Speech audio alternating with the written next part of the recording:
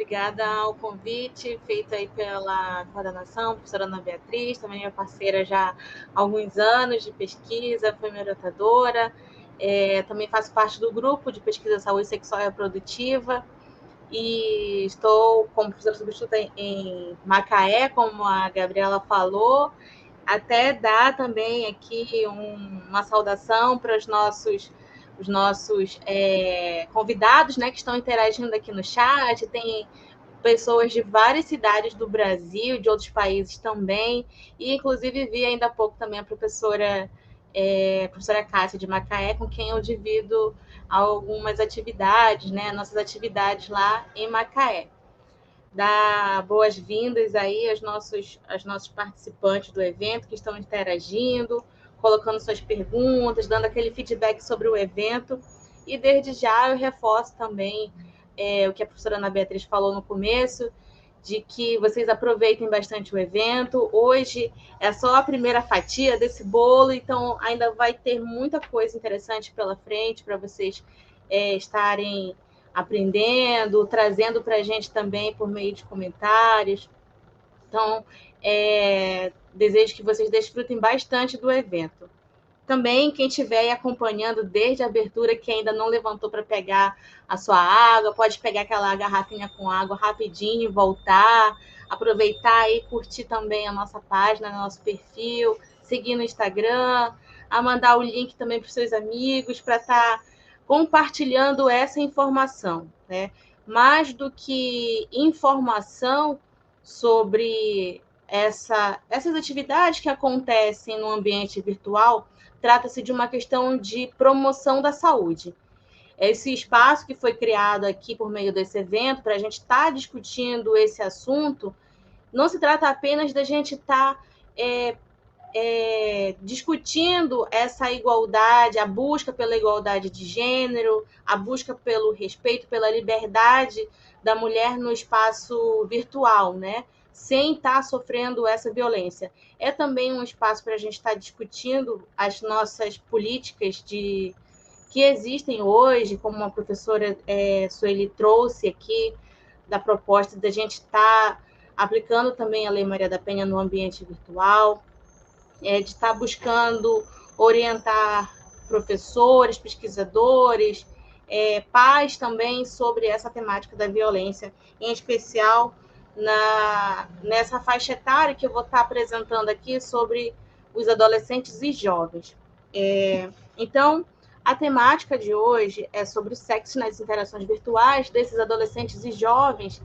E aí eu gostaria de começar falando sobre esses adolescentes e jovens, né? Quem são esses adolescentes, quem são esses jovens, de acordo com a faixa etária que os órgãos, as instituições estabelecem, tá?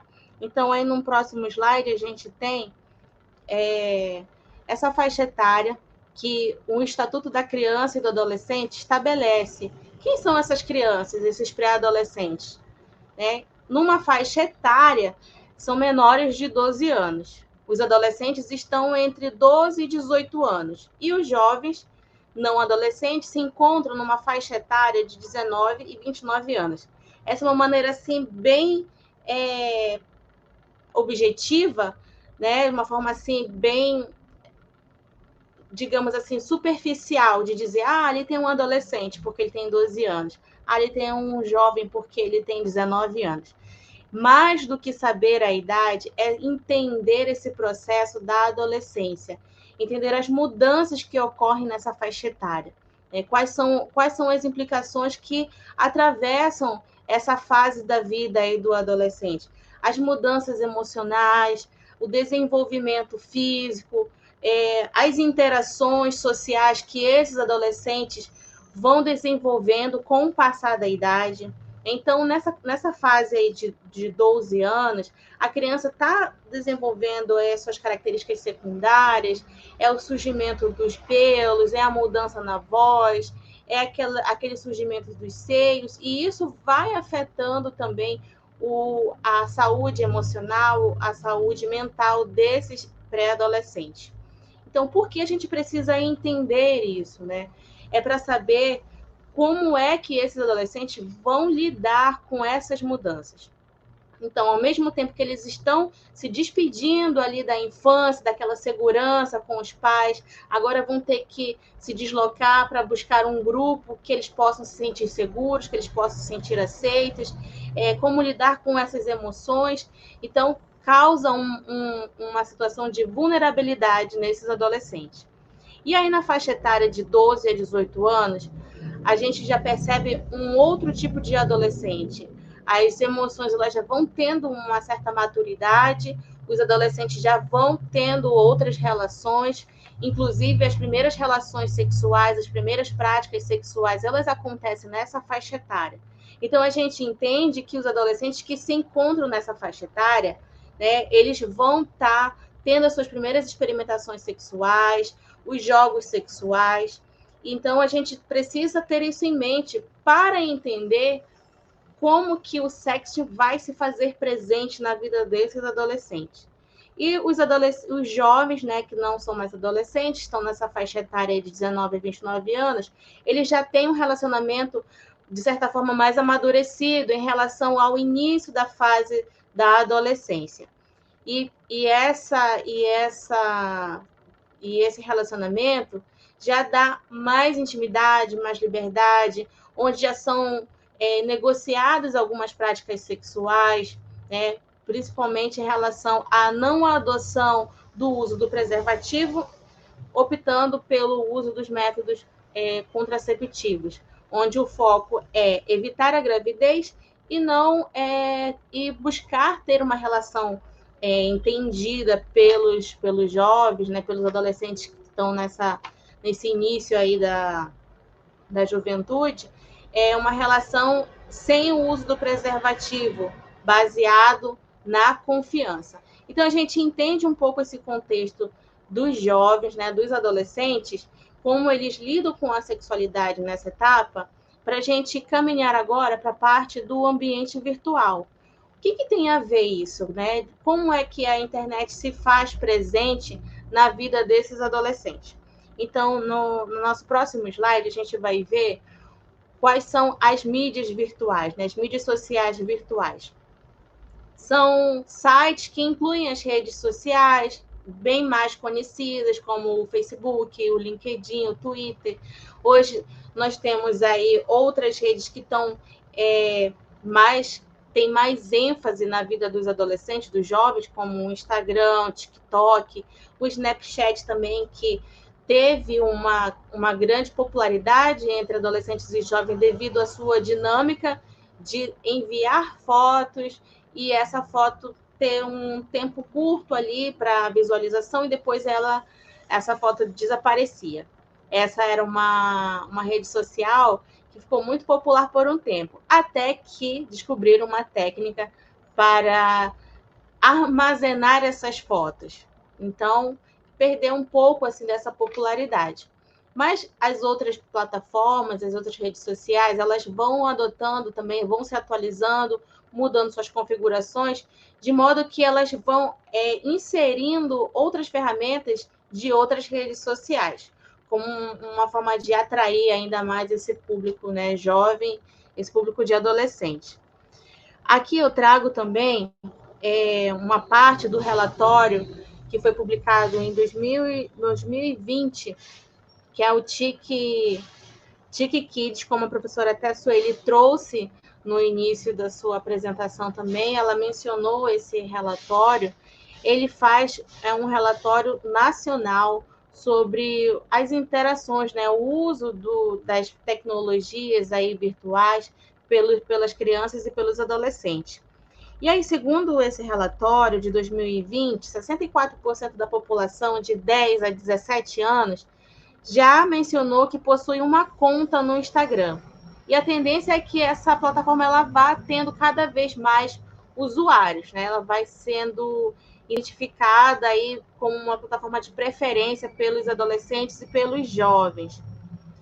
Também o relatório mostrou que o perfil do TikTok ele é reportado por 46% da população de 10 a 17 anos e a proporção foi expressivamente superior aos que possuem perfil no Snapchat. Então, o Snapchat perdeu um pouco essa popularidade. Aí temos o Twitter, temos o WhatsApp como um aplicativo de preferência também por esse público que se encontra nessa faixa etária de 10 a 17 anos.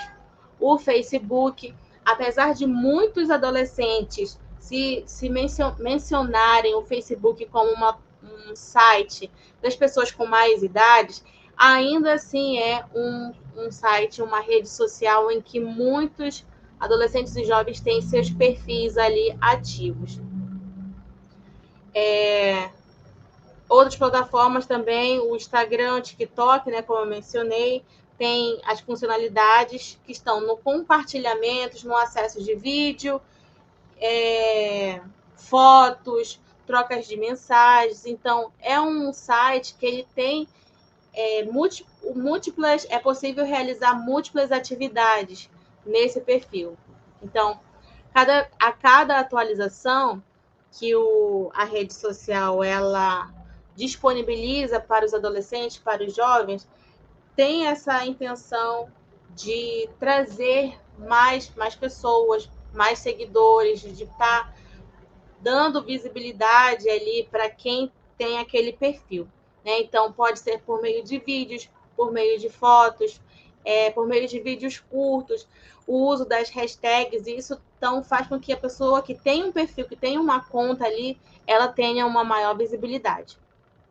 Mas em relação aos adolescentes, o próprio Instagram ele tem criado também ferramentas para minimizar os riscos em relação às crianças e adolescentes que têm contas ativas ali. Recentemente, o Instagram colocou uma configuração em que é preciso ter a idade, né? Colocar a idade do dono do perfil. Ele controla também a troca de interações entre pessoas de menor idade com pessoas com mais idade, e aí ele fica meio que controlando a intensidade da troca de mensagem. Então, se são pessoas com idades diferentes, que estão com trocas excessivas, o Instagram ele vai, então, interferir nessas interações. Foi uma política que foi publicada recentemente pelo próprio perfil, pela própria plataforma, que é uma forma de estar aí protegendo esses adolescentes e esses jovens também. Aí a gente, então, já viu quem são esses adolescentes, né? O que é mais comum nessa faixa etária. A gente tem aqui as redes sociais. E um outro dado ainda sobre as mídias sociais publicados por esse relatório, que está no próximo slide, trata-se de um mapa com os dados sobre o acesso dos adolescentes e jovens nessa faixa etária aí das crianças e adolescentes, nessa faixa etária de 10 a 17 anos. Então, aqui, segundo essa legenda, a gente tem que a região sul e sudeste são as regiões em que as crianças e adolescentes residem com computador e internet. São as maiores regiões, né, em que tem um quantitativo maior de crianças e adolescentes com acesso à internet, sendo a região norte ainda uma região que não tem tanta população nessa faixa etária com acesso. E aí a gente percebe que há uma desigualdade econômica, né, uma desigualdade em relação à acessibilidade digital e outras desigualdades que implicam nesse resultado. Na parte aqui inferior, a gente tem outros dados que são muito importantes. O primeiro quadro, ele traz para a gente um resultado, uma estatística de que no Brasil residem mais ou menos aí 10 milhões de crianças e adolescentes com apenas o acesso à internet. Agora, crianças e adolescentes que têm aí disponível o computador, só o computador e não acesso à internet, gira em torno de 439 mil crianças e adolescentes. Agora, crianças que residem em domicílio com computador e internet chegam em torno de 10 milhões de crianças e adolescentes nessa faixa etária aí de 9 a 17 anos. Então, a gente percebe que é um número bastante expressivo, que muitas crianças e adolescentes estão interagindo, estão imersas nesse ambiente virtual. E isso foi um dado de 2019, né, publicado em 2020, antes da pandemia. E vários estudos já divulgaram dados de como a pandemia intensificou essa inserção dos adolescentes aí nas telas, né, em frente às telas. Então, isso é um dado para a gente compreender como é que esses adolescentes estão inseridos no ambiente virtual. Aí no próximo slide, então, a gente vai entender o que é o sexting. Né? Já que a gente sabe que os adolescentes estão inseridos no ambiente virtual, o que é então esse sexting? Popularmente no Brasil é conhecido como a expressão manda nudes. E é uma palavra de origem inglesa que tem aí dividindo a expressão sext e texting, que é mensagens de textos, é a troca de conteúdo sexual. Sexo de sexo e testing de texto é a troca de conteúdo sexual por meio de textos, de imagens, de vídeo. Quando alguém produz uma foto com o seu celular, produz uma foto e envia pelo meio do seu celular com o uso da internet, né, para outra pessoa ou em grupos. Então, a literatura ela define esse comportamento como sexo. E recentemente houve uma trend, né? Como é que chamam, assim que chamam no Instagram, que era assim: mande uma mensagem picante para o seu parceiro e filme a reação dele. Essa mensagem de texto picante nada mais é do que o sexting. E virou moda entre as pessoas que usam as redes sociais. No próximo slide, a gente vai ver como é que o sexting ele pode ser iniciado. Então, os autores definem que há autores que definem o sexo como passivo e o sexo ativo. O sexo passivo como aquele comportamento de receber o conteúdo ou ser assediado a produzi-lo. Já o sexo ativo é quando a pessoa produz esse conteúdo sem ela ter esse primeiro incentivo que é a ameaça, né? Essa primeira violência. Então, assim, durante a minha pesquisa do doutorado, conversando com adolescentes, eu vi bastante relatos em especial, meninas falando de como elas recebiam mensagens, fotos, só da parte íntima durante a aula, em horários assim que elas não imaginavam e até mesmo de pessoas que elas nem conheciam. Abriam uma mensagem no Facebook e ali tinha uma foto. Então, esse é um tipo do sexting passivo, tá? Para a gente entender como é que isso se dá no nosso cotidiano. Aí no próximo slide a gente vai ver. Pode passar, por favor. As motivações para esse sexting surgir. Temos o grooming, que é um tipo de aliciamento. É quando uma pessoa ela chega por meio da conversa, ela se aproxima daquele adolescente, daquele jovem, com o intuito de obter aquele conteúdo e abusar daquela pessoa. Né? Então, usa de argumentos, pode ser pessoas conhecidas, pode ser pessoas não conhecidas, podem ser pessoas que usam desses perfis falsos para se aproximar de crianças e adolescentes para obter esse tipo de material. E outras motivações também são pela pressão do parceiro, você tem que mandar para mim, manda uma foto, ou a pessoa está sobre o efeito de álcool, ou a pessoa tem aquele desejo de correr risco, é uma curiosidade, eu vou mandar, vou enviar uma foto, porque é brincadeira, não vai dar em nada. Trocas de fotos entre amigos, aqueles jogos sexuais em que um envia para o outro. Também há o discurso de querer chamar a atenção, de estar entediado, de excitar a outra pessoa, são algumas motivações para a produção do sexo. Ou até mesmo a influência em filmes das pessoas que assistem. Tá? Pode passar, por favor. E A desigualdade de gênero, ela atravessa esse tipo de comportamento porque os estudos mostram que as meninas são as pessoas que mais enviam essas fotos. E já os meninos são quem mais pedem esses tipos de foto. Dentro dessa questão, né, de gênero, a gente tem um recorte também de que as pesquisas mostram que os garotos aí também sofrem uma pressão, seja para pedir, né, o nudes ou para compartilhar quando eles recebem desse tipo de material, o sexting, né?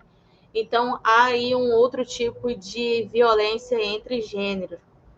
Então a gente precisa entender esse contexto para saber como é que se dá essa dinâmica da produção aí do sexting. No próximo slide, a gente vê algumas implicações desse material. Uma vez que ele é produzido, uma vez que ele é compartilhado, quais são os possíveis caminhos que esse material pode seguir?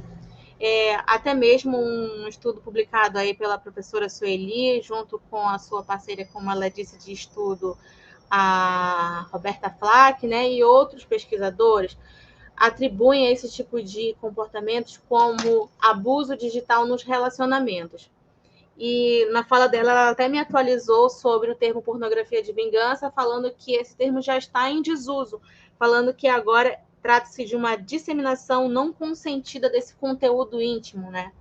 Mas alguns estudos ainda se reportam esse termo como pornografia de vingança, que é a divulgação do vídeo, da foto, daquele arquivo que a pessoa recebeu durante um relacionamento, e a partir do momento em que esse relacionamento não existe mais, então eu tenho material e a pessoa compartilha essa foto ou esse vídeo sem o consentimento do seu ex-parceiro, ou até mesmo ainda dentro das suas relações, né?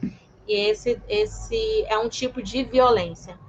O sextortion, ou sextorção, é quando a pessoa ameaça, faz chantagem para não compartilhar essa foto, esse vídeo íntimo em uma rede social. Então, alguns exemplos se dá, por exemplo, é quando eu tenho fotos no meu celular, fotos íntimas, produzi aqui fotos íntimas, e aí eu perdi meu celular, fui assaltada, perdi meu celular, alguém achou meu celular e viu ali as minhas fotos íntimas. Então, o que eu vou fazer? Eu vou fazer chantagem, vou pedir dinheiro, vou ameaçar, vou dizer que vou compartilhar. É um tipo de extorsão. Mas isso também se dá entre os relacionamentos afetivos. Então, a partir do momento que se produz o material, se compartilha, esse é um outro caminho de violência em relação ao material, né, ao sexting. O cyberbullying também é um outro caminho, uma vez que esse material foi compartilhado na rede social, no Facebook, no Instagram, no Twitter, ou no grupo do colégio, no grupo da universidade, se tratando aí dos adolescentes e jovens. Esse material foi divulgado no grupo, então a vítima passa a sofrer um outro tipo de violência, que é o cyberbullying. São os xingamentos e até mesmo a violência física, né, que não se encaixa aqui no cyberbullying, mas existe também a violência física, em especial contra as meninas, porque os estudos mostram que quando se trata de um sexo produzido em que a figura ali é do gênero masculino, esse sexo ele vai ser muito esquecido facilmente. Agora, quando é das meninas, tem uma repercussão maior, elas recebem xingamentos, elas recebem mais ameaças, são agredidas em casa, a família sofre junto, e às vezes a necessidade até mesmo de mudar de escola, mudar de cidade, quando não, a implicação maior é, no caso, até mesmo do suicídio. Então, a gente percebe aí a gravidade do sexting, né? Quando ele segue esses outros caminhos. E as implicações também na questão da pornografia. Quanto mais o adolescente ou o jovem consome a pornografia, mais chance tem dele estar solicitando o sexting ou exigindo que a pessoa produza esse tipo de material. Então, há essa relação também com pessoas que consumem a pornografia. No próximo slide, a gente vai ver outros tipos de repercussões na saúde mental dos adolescentes, dos jovens, a questão do isolamento, né, da depressão e até mesmo o pensamento suicida, quando não a prática do suicídio. Vai interferir também na sexualidade, nas futuras relações, o sentimento de desconfiança, a insegurança, o ciúmes, né, como uma forma dessa vigilância constante em relação à sua parceria. Então, vai interferir também na sexualidade. E na família, porque esse adolescente, esse jovem, ele tem o seu grupo social na família também, e a família sofre por não saber como lidar com essa situação, por muitas vezes não entender que a pessoa que teve a foto divulgada se trata de uma vítima. E o acolhimento muitas vezes é colocado de lado, é esquecido. Então, vai interferir também na relação familiar. Essas são algumas repercussões diretas na saúde dos adolescentes e dos jovens. Aí no próximo slide, eu trouxe aqui 2 depoimentos de adolescentes que participaram, né, da pesquisa sobre sexualidade na internet. E aí um grupo composto por meninas e meninos disseram o seguinte, que a pessoa, para produzir, né, para receber aquele pedido do nude, ela diz assim, ó, a pessoa ela se mostra de um jeito, fica fazendo a outra pessoa se apaixonar, se entregar. A pessoa acaba confiando, fala e pensa, eu vou mandar, porque se eu não mandar, ele vai ficar falando. Então, assim, a gente percebe uma condição. Ah, eu vou mandar, porque se eu não mandar, ele vai ficar falando, vai ficar insistindo. Ou seja, é a pressão para o envio do nude. E o outro é, quando espalha um nude de um garoto, a garota não lembra. Agora, quando é de uma garota, é diferente. Teve um caso semana passada que a garota até se matou. Então, a gente consegue perceber pelos depoimentos como a violência de gênero ela atravessa esse comportamento do sexting. Aí no próximo slide a gente vê então alguns fatores de risco relacionados a essa produção, a fragilidade emocional devido ali à fase da adolescência, a idade, os comportamentos de risco relacionados ao abuso de álcool, outras drogas, ou mesmo por desconhecer os riscos relacionados ao sexting, tá?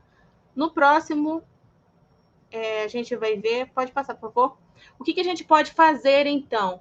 A educação sexual em saúde, né? A educação digital, é importante a gente ter espaços como esse para a gente estar falando sobre esses riscos, conhecer o Estatuto da Criança e do Adolescente, conhecer quais são os nossos direitos em relação aí ao Código Penal, conhecer também as instituições que trabalham no combate a esse tipo de crime virtual, como o SaferNet, que é uma ONG que atua aí na promoção do uso ético da internet, um uso seguro. Já é um canal também que recebe denúncias desses crimes virtuais, tá? Pode passar, por favor. Inclusive, o SaferNet, ele disponibiliza materiais sobre como fazer um uso seguro da internet em relação ao sexting. Tem essa cartilha que está disponível no site, pode ser em formato PDF, na própria página mesmo, onde a gente pode estar conhecendo mais sobre esse tipo de comportamento. Pode passar, por favor? E eu gostaria de compartilhar com vocês esse vídeo que fala um pouco de uma forma assim, ele fala de uma forma bem didática, bem simples, sobre o sextortion. É um material que vocês podem estar acessando e compartilhando com adolescentes, com jovens, com pais. Eu vou pedir que o pessoal aqui do suporte possa compartilhar, por favor. É um vídeo bem curto, de 1 minuto e meio, mas muito esclarecedor sobre o sextortion, como acontece e o que fazer.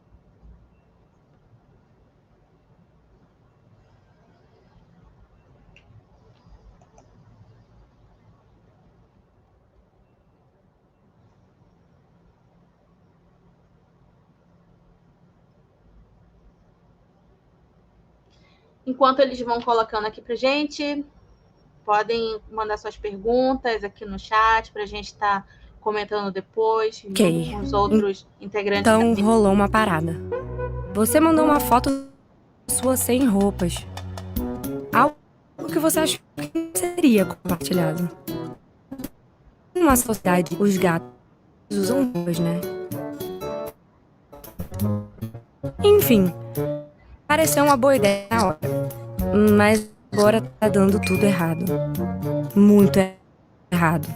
Talvez você tenha enviado a foto pra alguém que você amava, mas essa pessoa não se mostrou tão confiável. Disseram que ajudariam a virar uma celebridade, mas só queriam usar você. Ou vai que você conheceu alguém online que realmente parecia te entender, mas ficou esquisito, e a pessoa não era quem você achava que ela era. Agora, essa pessoa que tá com a sua foto tá exigindo mais e ameaçando contar pra todo mundo. Isso é sextortion. Pois é, essa parada existe. Quem te ameaça usa do seu medo e vergonha pra que você fique calado. Mas é essa pessoa que deveria ter vergonha. O que ela tá fazendo é errado. E nunca é tarde demais pra pedir ajuda. Nem cedo demais pra dizer aos seus amigos que você pro que der e vier. Na verdade, você pode parar antes que ele comece, falando com outras pessoas sobre isso. Agora mesmo. Com a você pode fazer o que quiser. E aí voltar a fazer o que os gatos fazem. Então diga pros seus amigos hoje podem contar com você.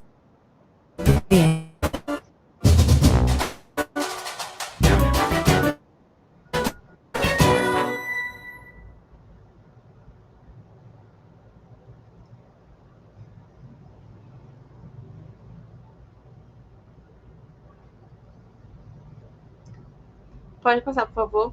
Então, esse vídeo vocês encontram aí no YouTube, ele está disponível. E para a gente fechar aqui esse momento, né?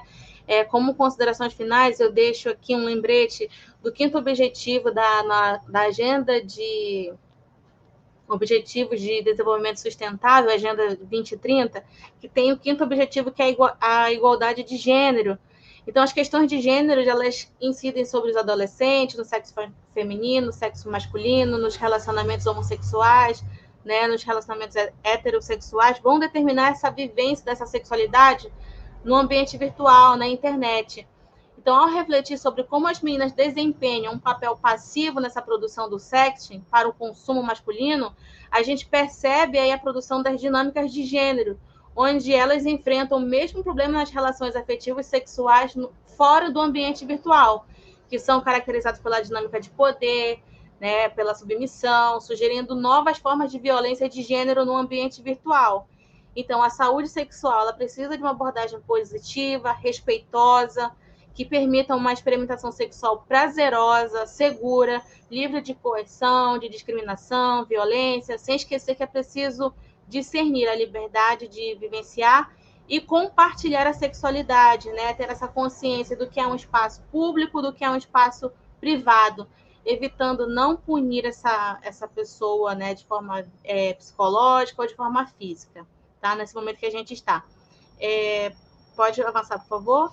Só reforçando aqui que nós estamos nas redes sociais, estamos no Instagram com o perfil Adolescência, onde compartilho material voltado para os adolescentes, e nosso grupo de pesquisa Saúde Sexual e Reprodutiva, tá? Obrigada.